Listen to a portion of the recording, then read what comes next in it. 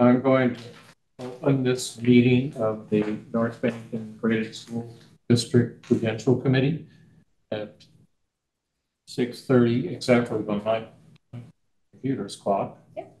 And as always, the first item of business is public comments, which seeing no public, we're not going to have any. So we'll move right to Doug's report for finance. Okay. So I'll hit a couple highlights, and then obviously mine will kind of flow into the warrant for a couple of those items. Everybody, I did send the treasurer's report out. I believe everybody received it. I don't know why it didn't make it in the packet. I'll touch base with Amy to make sure that that gets updated on the website. But everybody should have that. I sent that out last weekend or the weekend before. So cash-wise, I mean, you know, a snapshot in time, we had a little over 400,000, which is, you know, on track with the last couple of years. This month, we don't have the village school tuition that will pick back up in July. So basically at that point, after we pay the warrants this month and next month, that cash will go at least in half, if not a little lower. So that will lead into my next discussion, which is the tax anticipation note in the form of a line of credit. I've been in contact with M&T Bank. Renee helped me a little bit with a couple of items, so I thank her. And Ray also. And I think I had mentioned last month too, but for the most part, the loan will be similar to past years. The maximum amount is $350,000. So Lori, I can text you, but when we get the motion, we'll have to have a couple of specific items in that motion, but they're reviewing it. So we usually end up with between 250 and 350. So we kind of leave it at the cap of 350, and then they do their analysis at M&T and see if it fits. Because those couple of months in between before we get the next state aid in September is where it really gets tight. End of August, beginning of September is truly the months that it's, you know, on a shoestring. So really the only difference this year is we have to engage counsel for a couple of items. That is new for this process. That is not out of the norm for the commercial world. Most commercial transactions have an attorney involved. People's kind of didn't do it for, you know, municipalities and schools and things like that. So the lender who I'm working with kind of explained M&T kind of honored that, but moving forward now, council does have to represent the district. So they'll be doing a couple of things for us. I have already contacted Dina, I believe it's Atwood is their last name, and sent her what we're going to need. She didn't think it'd be a problem. They do that all the time, which I kind of figured. So really at the end of the day, the only thing that means is it's going to cost us a little bit more to get the tax loan, because obviously we'll have to pay the attorney fee. Shouldn't delay timeline, shouldn't delay processing, any of those types of things. So the next step really is after we get the approval tonight, I'll be sending a draft minutes once Lori has those ready. And then M&T sometime in the next probably week and a half will give us the final approval. So before I let you know how the warrant or how the motion has to be worded, does anybody have any questions about the note or the loan? What have we taken in the past for the note? Between 250 and 3. Okay. Yep. There was last year, I think it was right around 200, 225. The year before it was a little over 300. There's a cash analysis form that the treasurer does. So Mary used to do it. Now I do it. And basically what you do is you take what you feel the cash balance is going to be, because this goes as of July 1st for the next fiscal year. Put in what the estimate of the bills are. The good thing is our bills don't really change year to year. So I take last year's bills and kind of roughly estimate what the increases are for tuition and things like that. And then we take what we will get for income, which for this time period really is only one direct deposit from the state, which comes in September, towards the end of September. And then the taxes, which we don't collect, they fully collect in November. So typically they pay December 1st. So there's a calculation that goes into determining how much could be used. And obviously we only use what we need. The nice thing about this is it's a line of credit. So I just email them and say, hey, I need to transfer 100,000, as opposed to taking the full boat and having to pay the interest on it. Some banks only do it as a loan, meaning you'd have to take the lump sum, but M&T does do it as a line of credit, which is obviously more advantageous because you're only billing interest on what you're using. Yeah. So right now, if it's approved the way it sits, the maximum that we would borrow would be 350. But like I said, last year, I think we were in the 2 to 250 range. And I think end of the day, we used like 205, something around there. I don't have it right in front of me, but, and again, it's pretty consistent year over year because like I said, our bills don't really change other than, increases to tuition and things like that. Okay. So, as to the question of an attorney's fee, I'm not sure. I think that will be part of our assessment, what we pay SU for. Yeah. You need Correct. a resolution for us to approve? You mean you have a resolution that we should approve now? Well, the resolution for the borrowing. Yes. The resolution for the borrowing will be prepared by the attorney. So tonight, the motion will just need to be to move forward with the loan, and then approving you and I, Ray, to sign on behalf of the full board, because otherwise we'd have to track everybody down and get signatures. You have to sign it, and I have to sign it. Okay. Correct. And there will be one spot that Lori has to sign, but that's not up for negotiation. And that, of course. So that signing, the actual note would be starting whenever when will we have to sign that paperwork? Between July 1st and July 15th. Okay, that's fine. I don't have the date yet, but it will not be before July 1st because it will not be until the new fiscal year. Yep. And it will not be after July 15th because the way M&T has it set up, that's the loan itself is from those dates through December 31st. All right. So at this point, what we need is a resolution to authorize the board chair, myself, and the treasurer of the district, Doug Bucci, to sign the paperwork when it's prepared by the attorney and M&T. So moved. Correct. Is it and then also for Lori's purposes, Lori, for when it says when you put the M&T, have it read tax anticipation note, non-revolving line of credit up to $350,000.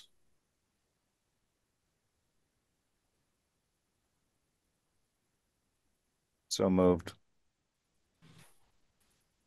I'll second it. Any further discussion? Then I'll call the question. All in favor?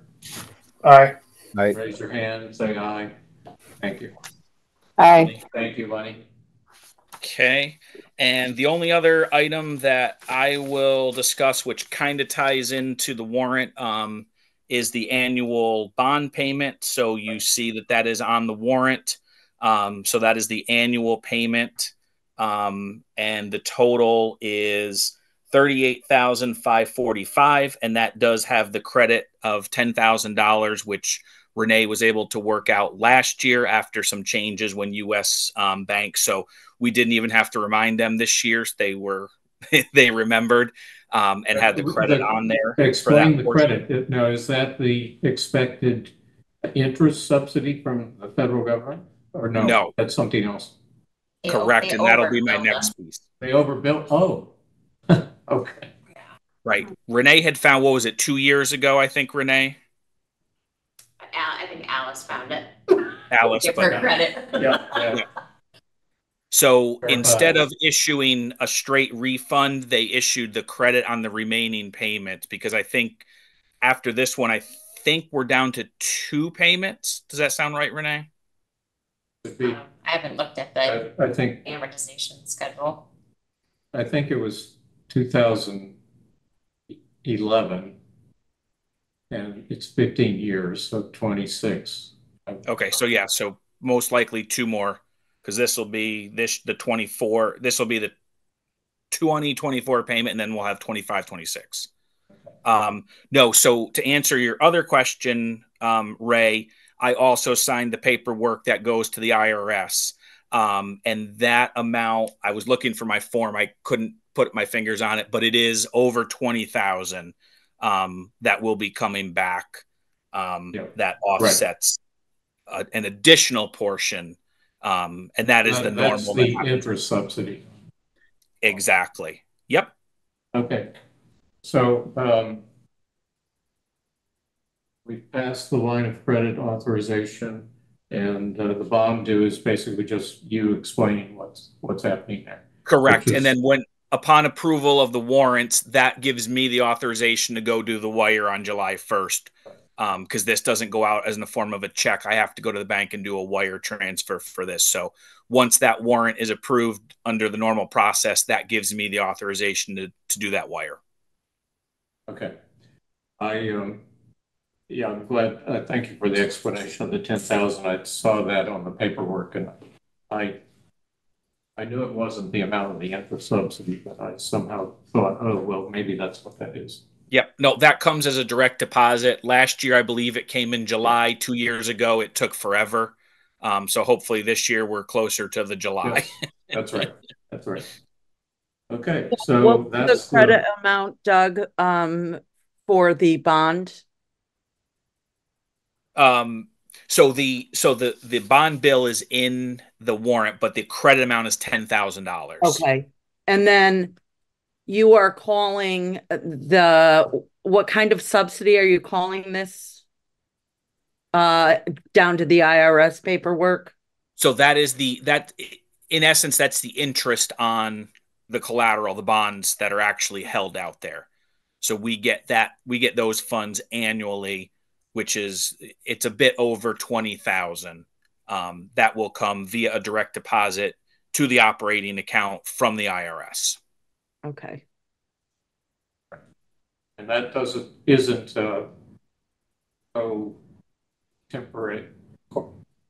not contemporaneous with the actual payments of the bond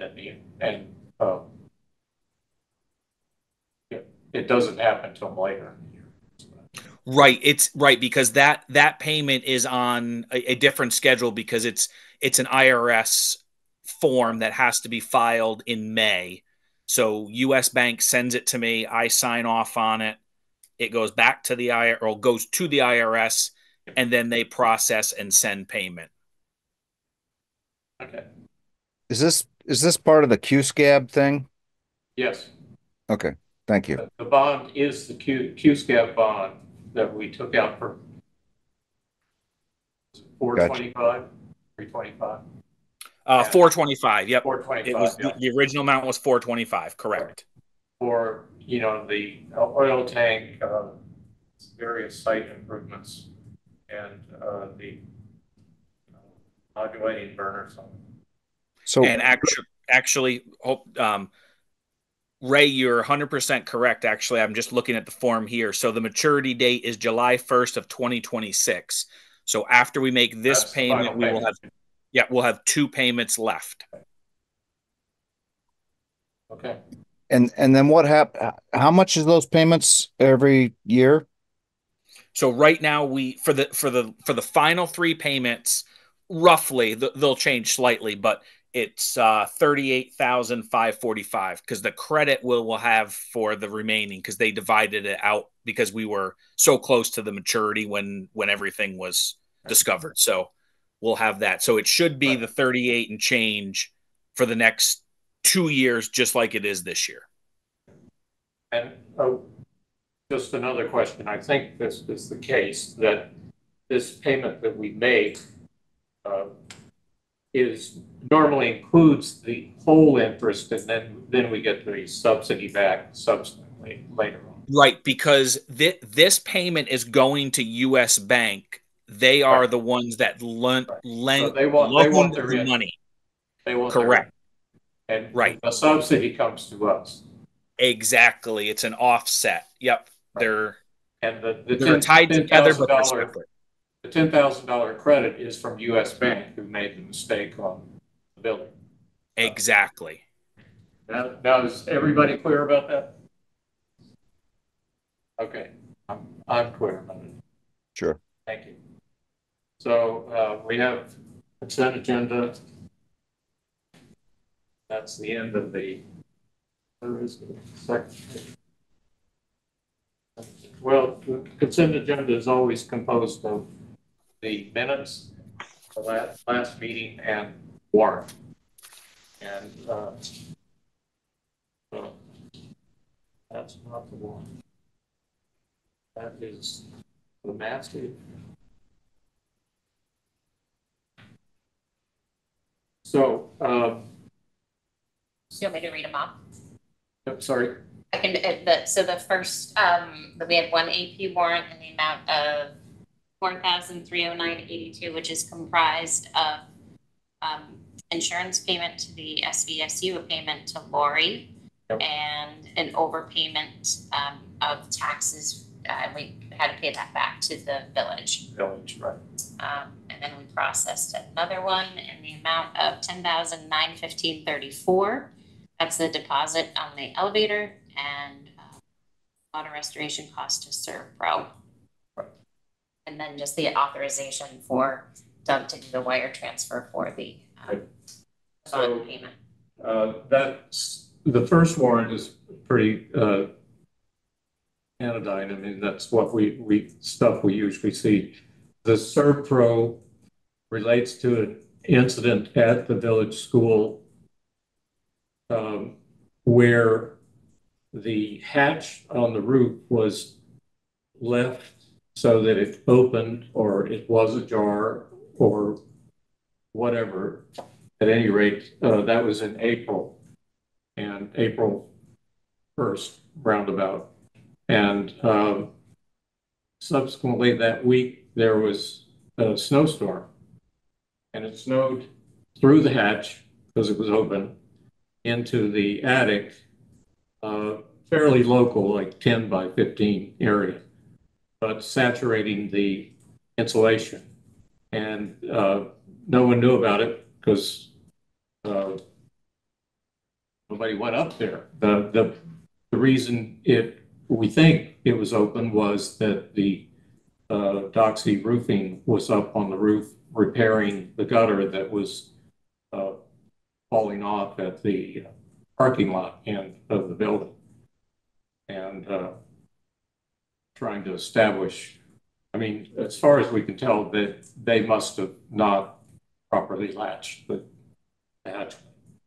And the ServPro invoice is for doing the work of cleaning out the insulation and drying up the situation so that it didn't become moldy.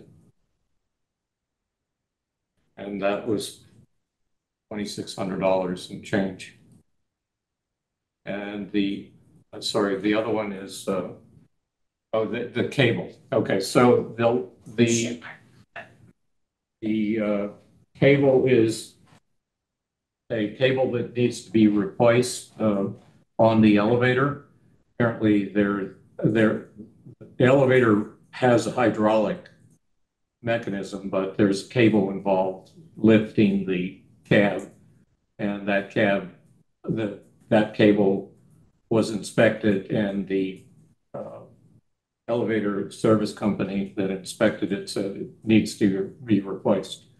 So this amount is a deposit, a half, 50% deposit on the replacement cable and its installation. Okay.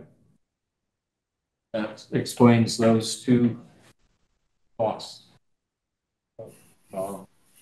I would entertain motion to. Ray, did Doxy ever offer to compensate for that because they left the door open? Well, they're disputing that they let the door open. They did offer to pay half of the serve program and to forgive their charge for working on the government. So is that 2,600 half of that, Yes. or That's what they offered. okay? We had a meeting. Terry and I had a meeting with Mr. Mons from Doxy Roofing, and he acted as if no, it couldn't have been his crew's fault, but he was going to be generous and offer his half. But I really shouldn't talk about it because I don't know. We've asked Holly Anderson here to look at the facts and tell us what she thinks.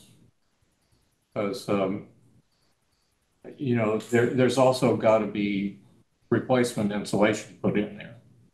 And that's going to cost us, well, we got an estimate of $2,000. So I'm not sure that it can't be done for less. But Is that coming from ServPro or is that somebody else? no, that was somebody else.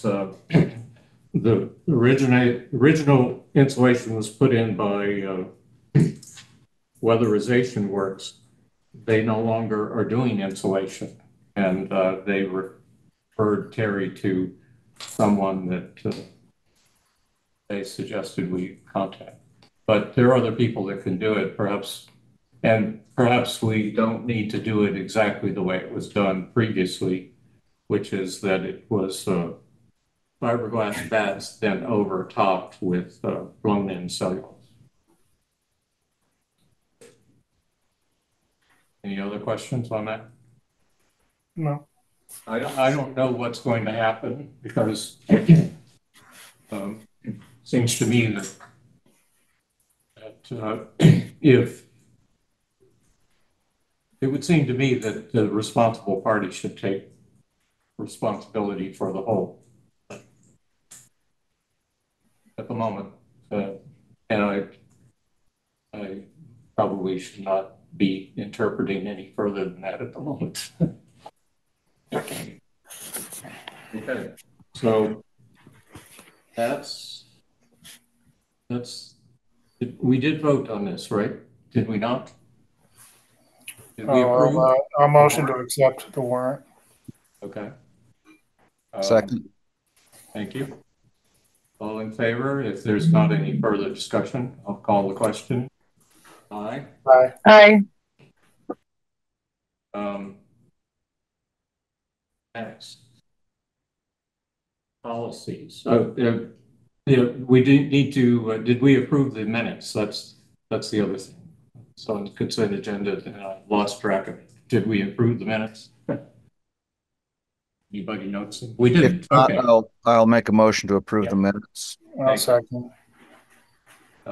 Any questions about the minutes from last month? No. Okay. Lonnie, are you offering a question or are you just? Sorry, no, people are leaving the restaurant and I'm saying goodnight. Right. Lonnie is sitting in Pangeo because she has to watch new employees. Yeah. Sorry. Thank you. Okay. So all in favor? Aye. Aye. Aye. Aye. Thank you. That's all of us. Next, policies. We we have two adoptions. One is for policy 6100, library material selection. I'd entertain a motion for that adoption. And So moved. need a second. Okay, Lonnie's first and Kieran is second. Any discussion? All in favor? Aye. Aye. Thank you. Policy 4001, harassment of employees. We are replacing it with something that's titled Proposed Replacement 4001, preventing and responding to unlawful harassment of employees and third parties. Do I have a motion? Do I have a motion? Thank you, Karen. A second? Second. Thank you, Lenny. Any discussion? Any? All in favor then? Aye. Aye. Aye. Thank you.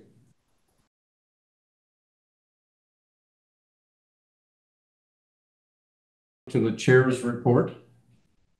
And well, the changes in legislative delegation, that's pretty obvious if you've been reading the news.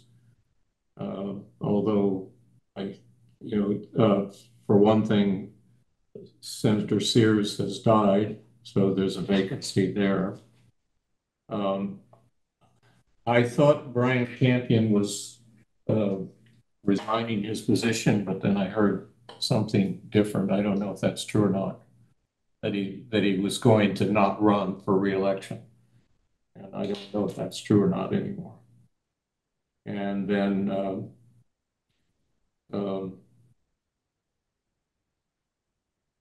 Dane Whitman is retiring from the representative side of the delegation. And the other half of that is Tim Corcoran Jr. So I assume he's going to run, but I'm not sure about that. At any rate, that I think the more significant of those changes is in the Senate for us, because Brian was the chair of the Education Committee, and that was an important position. I watched a number of their sessions over the last couple of years on particular topics that were relevant to independent schools, and it was useful. At any rate, I only just wanted to note it because I don't have a strategy or plan for that. And it depends on who's going to sign up to run for those positions, doesn't it? None of us are going to run, I think. But We can hope that maybe could there's, affect us. Sorry? we can hope that maybe there's a vacancy on the other Bennington district after what's transpired in the last few days. But yeah, well, we don't know what's going to happen there. Then the legislative studies that I mentioned, those were all ensconced in H 887, which is given the title of the yield bill. And that was vetoed by the governor. So it's going to come up in the veto, the extra session of the legislature to deal with vetoes, which is the 17th, I believe. Is that correct? Do you know? It's next week. They're being called back. I don't know exactly what day. So what's Monday? They normally be the 2. Yeah, 17th. 17th. So maybe it's Tuesday, and they're normally convened on Tuesday, not Monday. I think they have Monday off. So it's either the 17th or the 18th next week. And I would think there's heavy motivation on the part of the legislature to pass that bill with a veto-proof majority. But I don't know. And it might help if we all send a message to the legislators who serve us right now. That would be Dane, Timmy Corcoran Jr., and Tim Corcoran Jr., and Brian. And Brian. Yep. Because I think, you know, the position that the governors put the legislature in is if they don't pass it or don't pass or don't revise things according to his plans, that veto is going to stand and will revert to, I'm sorry, I need a glass of water. That's okay. I think I'll get by. The yield will revert to the yield for this year, which will up tax rates by up to about 30% on average. I don't know what it'll do to ours, but it won't be good.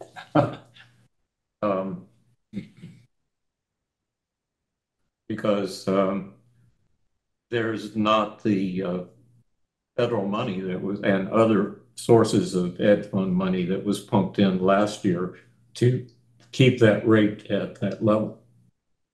It's all going to come from districts.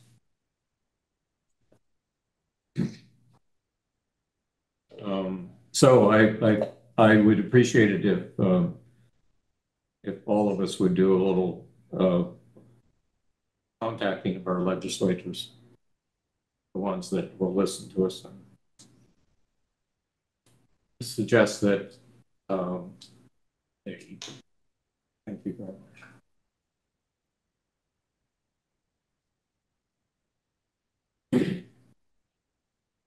They vote for that particular piece of legislation. School facility issues, we've dealt with one of them here, which was the unplanned intrusion of snow into the building.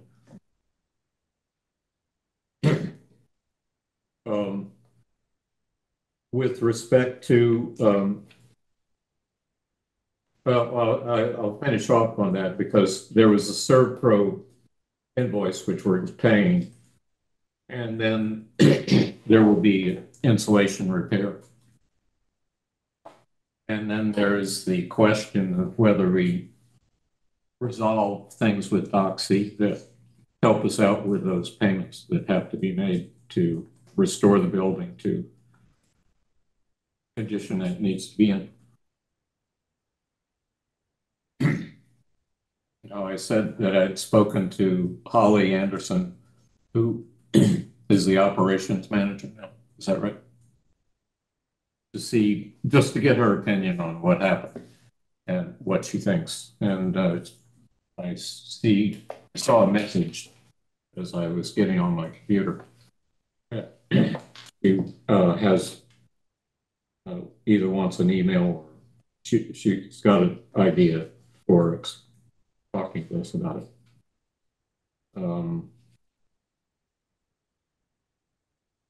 Then I expect to continue, see what she has to say and talk to Terrence at the village school again. And I don't know, it seems like it is a matter that could be taken to small claims court. It's small enough.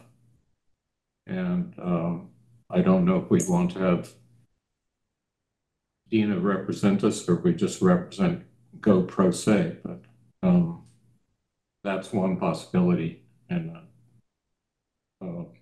that's why I consulted Holly. I didn't want to do something that would have an adverse effect on the projects that she's overseeing. And I just wanted her opinion about it because she's got a lot of experience. So, does anybody else have anything to offer on that? My take is that that's just a fool's errand. You know, it, we we learned our lesson. Doxy doesn't do any work for us, and we hope that they also doesn't do any work for the SU after his behavior that was witnessed by you. Yes. You know, we're talking about a few $1,000 and Yeah. let it go and lesson learned, you know, that small claims isn't going to do anything for us. Okay. I kind of, that's my mentality too there. Okay. Great. Karen, you in agreement with that or? Yeah. I mean, I guess, if we need any repairs or anything like something like that, I mean, maybe see if somebody from the school can, maybe Terry or somebody like that could just oversee something like that in the future. Not leave these people unattended, I guess. I mean, hate to do that, but, Yeah. or even hate to suggest that, but Right. It's water under the bridge at this point. Just, Yep. fool me once, shame on me, fool me twice, shame on you. So we just won't use them anymore. Okay. The ventilation project, I sent you the documents that were, we've signed that allow Efficiency Vermont to think that everything's ready to try to proceed forward. There is the issue of whether there's going to be money available. So the project is dependent on that. So we've executed that document and Efficiency Vermont has approved it. And there is the agreement that has already been signed between the village school on the grant money that's available. Now we need to get bidders and we need to have time to get the project done. A huge problem with that has occurred though. The designer, Derek Siegler, died. What? At the end of May. Yes, at 39, he died.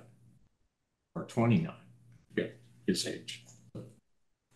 So his spouse, who is a member of the Vermont Land Trust, actually, her name is Kara, is trying to close the business up and make sure that people that clients he had were have everything he has to give them was there for them to have, and that they paid their bills and so forth and so on. Quite a tragedy. What happened?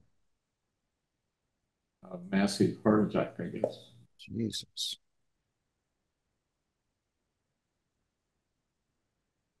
Yeah. Well, I can imagine that puts an end to the whole project. I mean, Yeah, well, it could. If we don't have enough information, we'd have to.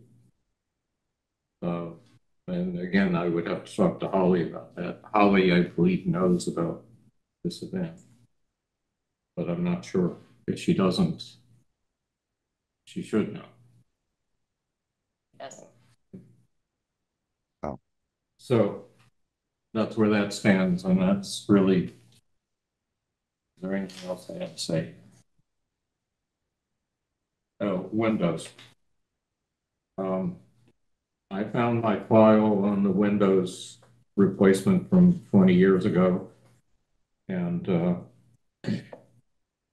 we've, one of them was CL White that did a portion of it, and they would no longer do this project. And the other was Countryside, and I'm not sure if they exist. So Terry has explored.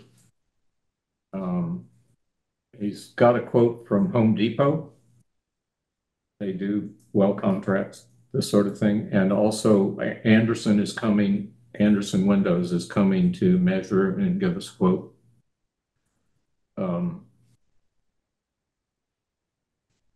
So there's motion now. And that's really all I have to say at this point.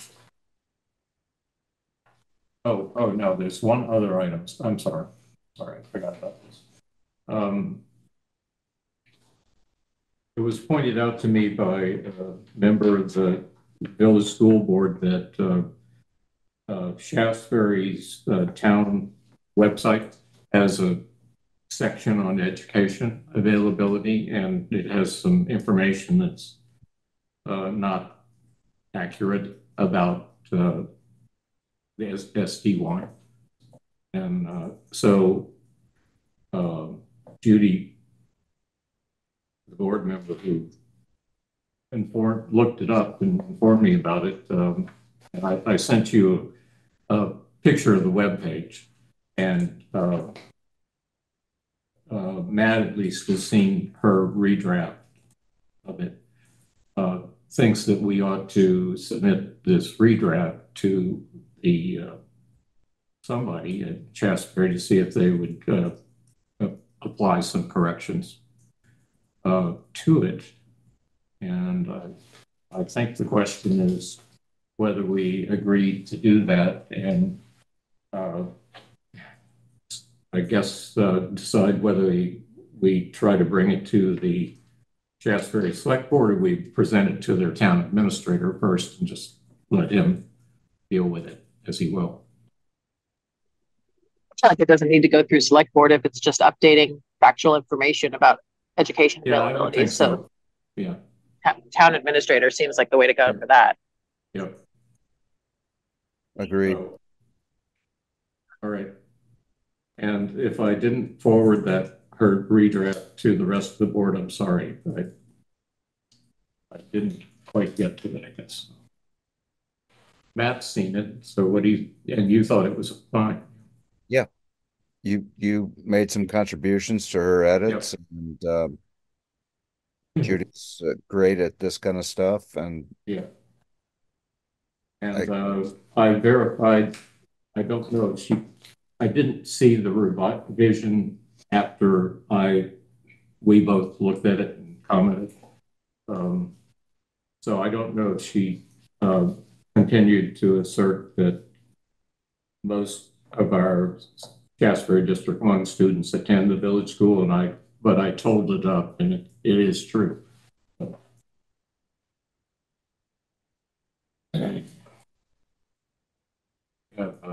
The important part there is if there's any discrepancy, their thing has been that realtors are out there telling people you're in. Yep, that's right. It's important information. So. Yep. And so it needs to be correct. Realtors look and refer people to it or quote it. So. All right. Sorry, that's it for me. And I think we can close the meeting.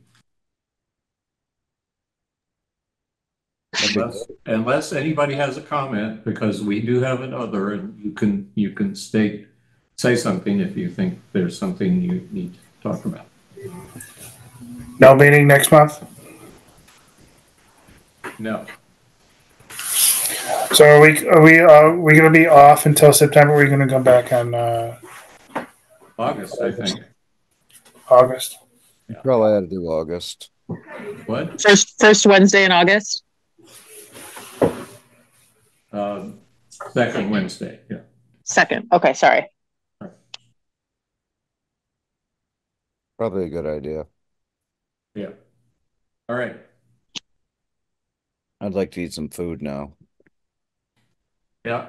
Can we go All right, home? guys. Thank you, Ray. Thanks, Ray. I call All of this you. meeting adjourned.